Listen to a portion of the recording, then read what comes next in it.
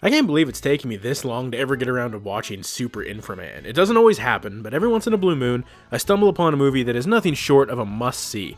And I think this might just be one of those movies. Super Inframan was produced in 1975 by the infamous Shaw Brothers Studios, and is basically what would happen if Ultraman and Power Rangers got into the VIP lounge of some greasy, sleazy club, did a bunch of lines of coke, and then passed out. This movie would be the fever dream that a night like that would conjure up in your brain. It's fucking crazy.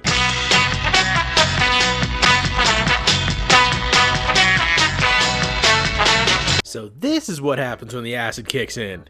Groovy. Less than 2 minutes in the movie, a dragon falls out of the goddamn sky and blows up a mountain, and then a city's burning to the ground. Did I mention it's only been 2 minutes? So the whole premise behind this movie's plot is that a mountain called Mount Devil happens to be housing a hot-ass evil chick who you can't even tell me isn't the inspiration for Rita Repulsa. She wants to take over the world by unleashing her army of spooky, scary skeletons and other weird-ass looking monster things, including a pointy-titted witch bitch with them Pan's Labyrinth hands, a monster with a drill arm called Mutant Drill, Monster Plant who's just having the time of his life, and then some other whack shit that we'll get into later. But China ain't having that kind of thing. So Professor Louis Ying Di, I probably fucked that up, puts together a plan to turn a man into a superhero. But before the task can be finished, Monster Plant digs his way underground and grows to mammoth size and just starts wrecking the fuck out of the good guys' base, just smacking the shit out of everyone. They should be glad this isn't Evil Dead, or they'd all be screaming a very different tune, if you know what I'm saying. But the professor manages to tape some circuit pieces to the actor's body, and bam! Inframan is born, and it's so awesome that they show him sitting up 4 times in a row.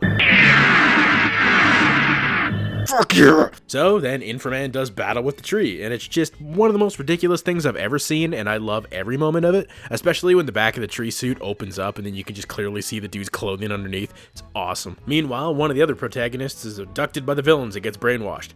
Not only does he become a slave to Princess Dragon Mom, or less stupidly, Demon Princess Elzebub, if you're watching the original version of the movie, because for some reason the English one decided to call her Dragon Mom, but he also has the power of green eyes that kill people. Don't ask me how. I couldn't even process half the shit, because within a minute after this scene, we're suddenly in a high-speed chase, and then we're falling down a mountain. This movie's just all over the place.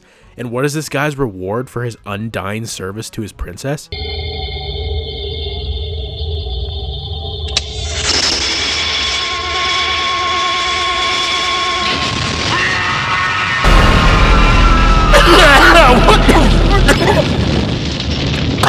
Oh god, she just straight up Austin Powered his ass hard, dude. Fitting, considering their evil lair looks remarkably similar to something Dr. Evil would have come up with. And just when you think you can breathe, a giant ass beetle thing shows up and just starts fighting this dude. And then Inframan shows up, and easily the greatest transformation sequence ever.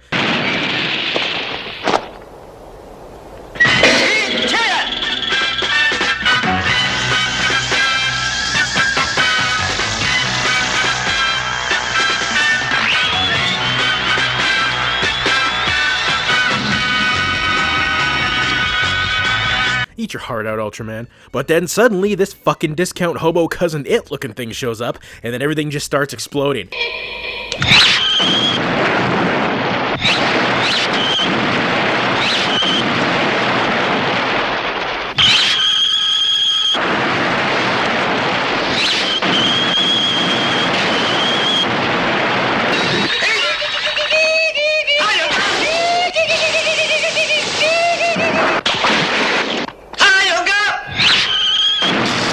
And then Beetle Boy turns into a goddamn kaiju, and then Inframan turns into a giant and just hoofs Beetle Boy straight into a power plant. And did I mention that this is the greatest movie I've ever seen yet?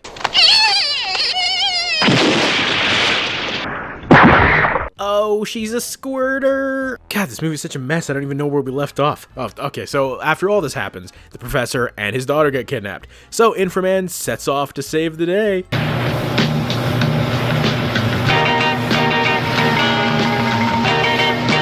They ask you how you are, you just have to say that you're fine when you're not really fine, but you just can't. From this point on, the movie just descends into a total clusterfuck of complete insanity. I don't think I've ever seen so much shit explode on screen before, especially for no reason whatsoever. Dudes explode out of nowhere, monsters flail around like toddlers trying to be scary on Halloween, dude smashes into Drill Guy with a bike. It's awesome! So Dragon Mom finds out that Inframan's power comes from the sun, so she comes up with an evil genius plan to block it out with a black sky of death. But it literally, and I mean literally, doesn't do a goddamn thing, because Inframan somehow's got a Liu Kang kick out of nowhere.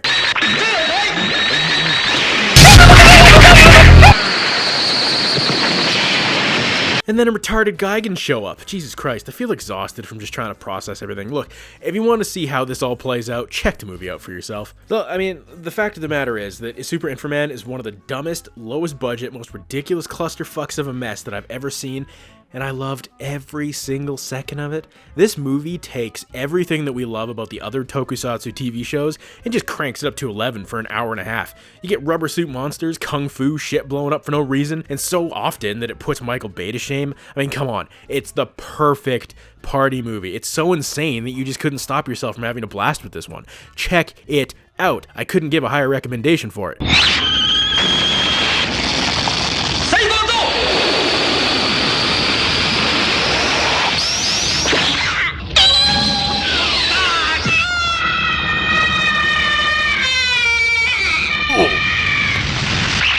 You too can support the channel for just $1 a month by joining the Patreon for exclusive videos and content. Links in the description down below. Yes, I'm a shill. I want you to smile, shut out all